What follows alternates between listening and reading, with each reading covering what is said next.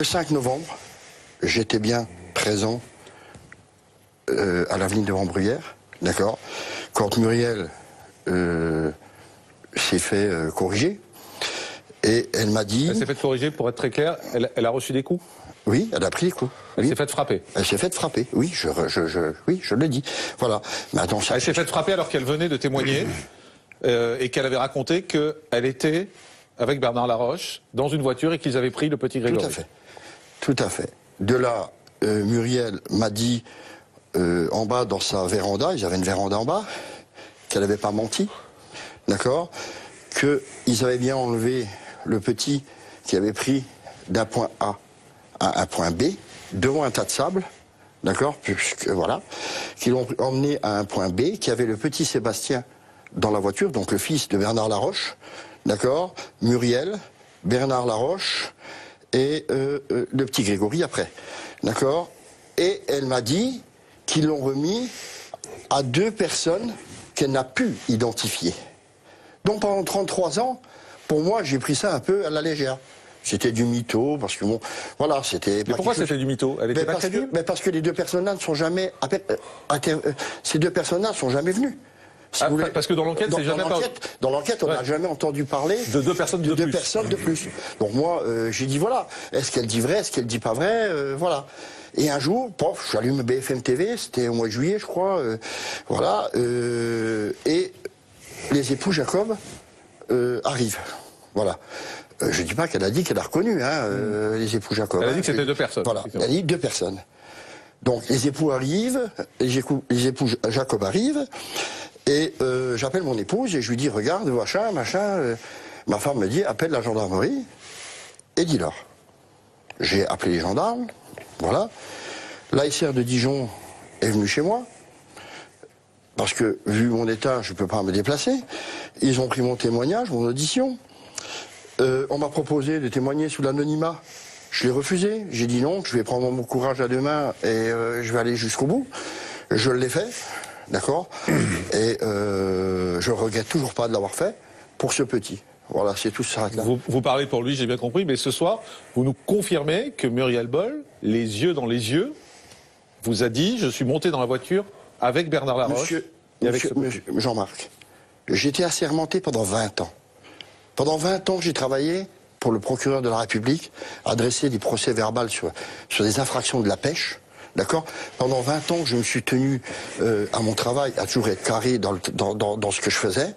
Vous croyez que moi, qui suis malade, qui me pique 10 fois par jour en insuline, qui n'arrive plus à respirer, qui n'arrive plus à marcher, qu'est-ce que j'ai de plus d'aller raconter des conneries? Qu'est-ce que j'ai de plus à aller me dire, à mon âge, quoi, d'aller faire le buzz? Vous m'avez vu, moi, à part ce soir-là. Vous m'avez vu à une télévision. C'est la première fois que vous parlez. Voilà. Vous m'avez vu, voilà. Chaque fois, j'ai essayé de rester discret, j'ai resté dans mon trou. Voilà. Maintenant, ce livre m'a fait un mal terrible. D'accord? Le livre de Muriel Boll. Voilà. Moi, j'ai juste un pardon à demander, je l'ai déjà dit. C'est à mes enfants. C'est à mes enfants, c'est à mes petits-enfants. Parce que c'est un mal terrible que j'ai fait à mes enfants et à mes petits-enfants. Pourquoi? Et parce qu'ils ont été...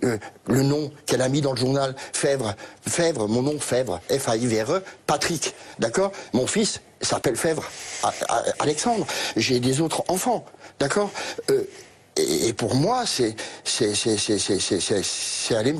comme si on vous viole. Excusez-moi, c'est comme si vous êtes violé dans votre intimité. Maître Thomas Ellenbrand, ce qui est compliqué dans cette affaire quand même, c'est qu'on est parole contre parole. Parce qu'aujourd'hui, Muriel Boll dit « Patrick Fèvre est un menteur ». Je n'ai jamais dit ça à Patrick Fèvre et je n'ai jamais été frappé.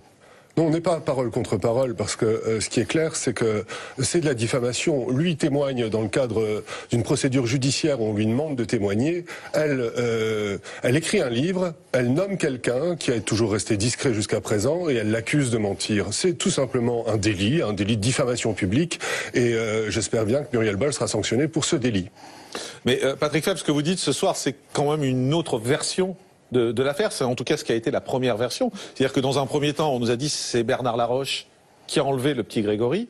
Ce soir, vous nous dites c'est lui. Vous nous dites que c'est Bernard Laroche? D'après les dires de Muriel, moi je peux pas vous dire. Moi je vous dis ce que Muriel m'a dit. Moi j'étais pas, excusez-moi, j'étais pas sur place moi pour aller voir ce qui s'est fait, ce qui fait pas. Voilà. Ou Muriel, il y a deux solutions.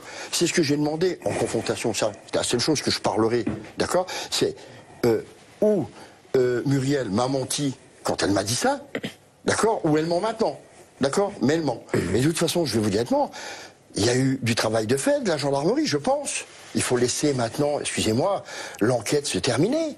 Je pense qu'il y aura un épilogue, et je l'espère. Pour les parents, je l'espère de tout cœur. Et le fait que Muriel Boll ait été frappée ce soir-là pour changer de version, oui. C'est ce qu'elle vous a dit ou c'est ce que vous... Non, je l'ai vu. Vous avez vu? Non, je l'ai vu, je l'ai vu. Ça, vous l'avez vu. Ce que je vois de mes yeux, je vais pas vous dire, on me l'a dit. D'accord, voilà. Ça, vous avez vu Muriel Boll se faire frapper? Oui, je l'ai vu. Après, j'ai donné, excusez-moi, j'ai donné des détails que je ne parlerai pas sur ce plateau, d'accord, qui ont été sûrement vérifiés, et on reparlera de ça. On verra plus tard qui est menteur ou qui n'est pas menteur. Moi, je vais juste vous donner un exemple, d'accord. Je vais soutenir un homme qui est venu sur votre plateau, le capitaine Sesma. D'accord, qui dit dans capitaine de gendarmerie qui a été chargé de l'enquête, voilà, qui était chargé de l'enquête en 84, qui dit Muriel Boll a fait une tentative de suicide, d'accord, à la mort de Bernard. Mais c'est faux. Elle n'a pas fait sa tentative à la mort de Bernard. Elle a fait la tentative de suicide le 5 novembre. J'étais sur les rails de chemin de fer. C'est ma mère qui va la récupérer. Le 5 novembre, c'est après. Voilà.